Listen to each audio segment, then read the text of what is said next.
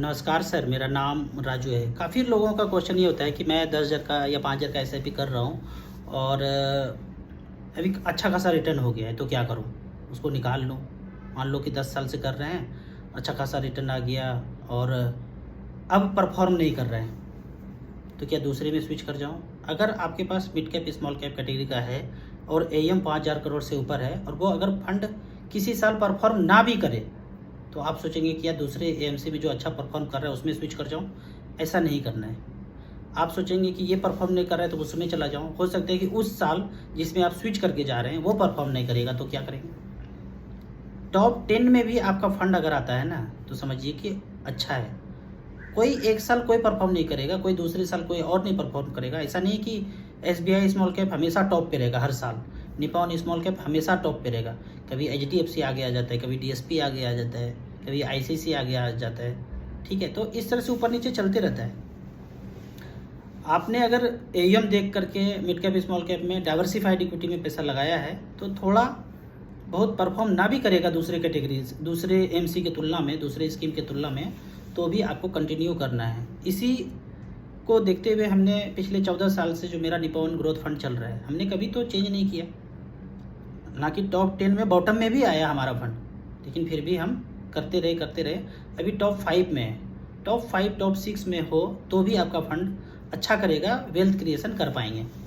दूसरा ये होता है कि क्वेश्चन कि अच्छा खासा परफॉर्मेंस हो गया है, अब जो है स्विच कर लेता हूँ, रिडीम कर लेता हूँ, प्रॉफिट बुक कर लेता हूँ। अच्छा खासा परफॉर्म कर लिया का मतलब है कि 10 लाख 20 लाख आप बना लिए हैं, 1 करोड़ तक नहीं पहुँचे। मैं हमेशा बोलता हूँ जब तक 1 करोड़ पे ना नहीं पहुँचे, कोई प्रॉफिट बुक नहीं करना है, कोई स्विच वेच इधर उधर मत कीजिए। जब 1 करोड़ रुपया हो जाए फिर आप प्रॉफिट बुक करके आप डेट फंड में जाना चाहते हैं, लिक्विड फंड में जाना चाहते हैं, एसडब्ल्यूपी करना चाहते हैं, वो सब कीजिए। मैं इसके लिए क्यों मना करता हूँ कि प्रॉफिट बुक कर लूँ? जैसे आप प्रॉफिट बुक करेंगे, मान लीजिए कि आपने टोटल 10 लाख लगाया और 30 लाख का पोर्टफोलियो हो गया, 20 लाख प्रॉफिट हो गया, तो जब आप उससे अगर 10 लाख 15 लाख 20 लाख निकालेंगे तो उतने ही यूनिट आपका कम हो जाएगा ना। कई होना है, मान लीजिए कि 10-10 हज़ार का आपने 10 सोने का सिक्का खरीदा 1 लाख का, वो बढ़ के 5 लाख का हो गया। अब 5 लाख का जब हो गया, 50-50 का एक सिक्का हो गया। 10-10 हज़ार में खरीदा था, 50-50 का एक सिक्का हो गया। लेकिन आप 2 लाख भी बेचना चाहेंगे, 2 लाख का सोना, तो 50-50 हज़ार करके 4 सिक्का तो बेचना पड़ेगा ना। 10 सिक्का में 4 सिक्का जाएगा तो 6 ही सिक्का बचेगा।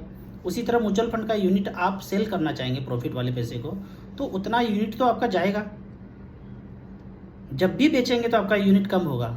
लेकिन ये सोच के कि प्रॉफिट ज़्यादा हो गया है तो मैं बेच लेता हूँ, कोई नहीं जानता है, कभी भी नहीं जानता है कि यहाँ से 10% 15% मार्केट ऊपर नहीं जाएगा, वो जाएगा ही जाएगा।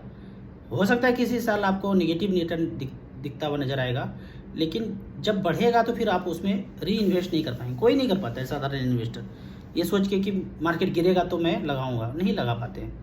तो बेहतर है कि आप एक लंबे समय के लिए टारगेट रखिए। मैंने तो अभी घर बनाया है और मैं बड़ा लक्की समझता हूँ अपने आप को कि बढ़ते हुए मार्केट में हमने पैसा रिडीम करते चले गए और घर बनाते चले गए। मैं बड़ा लक्की रहा। तो उसी हिसाब से अभी से आप अगर पैसा इन्वेस्ट करना शुरू कर रहे हैं और एक टाइम आएगा कि जब आपको फसल काटने का बारी आएगा, तो ये ध्यान रखना है कि मार्केट चढ़ता हुआ नज़र में आपको पैसा निकालते जाना है, गिरते हुए मार्केट में नहीं निकलना है। अगर आप बढ़ते हुए मार्केट में निकालें तो अच्छा खासा, और ऐसा दौर आता है, पेशेंस बना के रखेंगे तो ऐसा दौर आएगा। ऐसा नहीं कि गिर भी गया इमरजेंसी में पैसा निकालेंगे। अब अगर निपॉन ग्रोथ फंड का NAV 3700-3800 गया है और गिर के अगर 3500 3400 3300 पे भी आता है और फिर भी निकालते हैं, तो घाटा थोड़ी है, घाटा नहीं है। तो इस तरह से करके स्ट्रेटेजी बनाइए कि आप लंबे समय तक बने रहें। एक चीज़ हमेशा ध्यान रखना है कि आप कैटेगरी स्मॉल मतलब म्यूचुअल फंड स्कीम को अगर गलत चुना तो कोई नहीं बचा सकता है आपको। ऐसे NFO में पैसा डाल दिए, कोई जो है लॉकिंग पीरियड वाले में पैसा डाल दिए, सीरीज वगैरह आते रहते, पहले तो आता था, अभी काफ़ी दिनों से नहीं आ रहा है। 5 साल का, 7 साल का, 10 साल का लॉकिंग वाला फंड आता था, वो अब नहीं आ रहा है। तो इस तरह के फंड से बचेंगे। हालांकि मार्केट में कहीं भी आप घूमने जाएंगे तो NFO पे बहुत ज़्यादा जोर रहेगा। किसी भी एजेंट, किसी भी एडवाइज़र, किसी भी बैंक एजेंसी में जाएंगे तो आपको उसी को बेचने के लिए खरीदने के लिए बताया जाएगा, क्योंकि उसमें ऊपर से प्रेशर आता है, पॉइंट्स ज़्यादा मिलता है। तो वो सब में नहीं फंसना है। स्कीम कभी भी, जो भी NFO आए उससे आपको दूर रहना है। लॉकिंग वाले फंड में पैसा नहीं डालना है। एकदम चाल सीधा है, स्मॉल कैप मिड कैप में डालते रहिए। SBI 250 इंडेक्स फंड है, मोतीलाल का 250 इंडेक्स फंड है, या निपॉन का 250 इंडेक्स फंड है, कोई भी एक ले सकते हैं। SBI में हमेशा बोलता हूँ इसलिए कि SBI पे लोग भरोसा करते हैं कि भाई अकाउंट भी उसी में है, बैंक में है, पैसा भी म्यूचुअल फंड में जा रहा है, तो लगभग दोनों बराबर लगता है कि बैंक म्यूचुअल फंड दोनों एक जैसा है। इसलिए मैं SBI का नाम ज़्यादा लेता हूँ आपके भरोसे के लिए, सब एक जैसा है। तो small cap mid cap index fund में पैसा डालते रहिए, अच्छा खासा वेल्थ क्रिएशन होगा। और फ्यूचर में मार्केट की गिरावट से डरने का नहीं है, क्योंकि ये जो भूतकाल जो हुआ ना 19-20 में, वो जितना घनघोर करना था उसने कर दिया।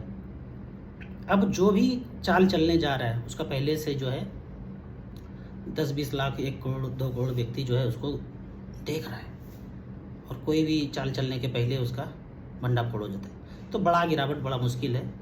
वही कभी जो है अचानक से 8% 10% 1-2 दिन में डर वही लोग बेचेगा, साधारण इन्वेस्टर नहीं बेचेगा, वही लोग बेचेगा, वही लोग खरीदेगा। वो मज़ा आप देखते रहिए टीवी पे, रिंगटोन उसी का बजेगा, वही बेचा वही खरीदा। आप तो कुछ कर नहीं रहे, आपका तो SIP जा रहा है हर महीने, तो वैसे जाता रहेगा। अपॉर्चुनिटी मिले तो बीच बीच में टॉपअप करते रहिए और मज़े लीजिए। बाकी कहीं भी कोई फंड आए, चिट फंड आए, ये सिस्टम आए, वो सिस्टम है, बिटकॉइन आ गया, कोई और कॉइन आ गया, कोई 15 लाख का और कहीं लगा रहे हैं, इन्वेस्ट करते जा रहे हैं, चेन सिस्टम बना रहे हैं कि आपको 15,000 20,000 रुपये महीना आएगा, वो तत्काल आएगा, फिर वो चला जाएगा। और हमेशा इस तरह से स्कैम होता आया है।